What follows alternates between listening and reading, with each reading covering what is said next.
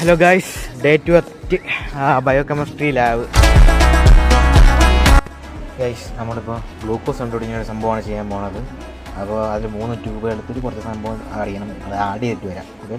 അപ്പോൾ ഗൈസ്, നമുക്ക് ആവശ്യമുള്ള സാധനങ്ങൾ 3 ട്യൂബിലായിട്ട് എടുത്ത് ഇനി ഇതിനെ ഒന്ന് ചൂടാക്കിയിട്ട് വരാം.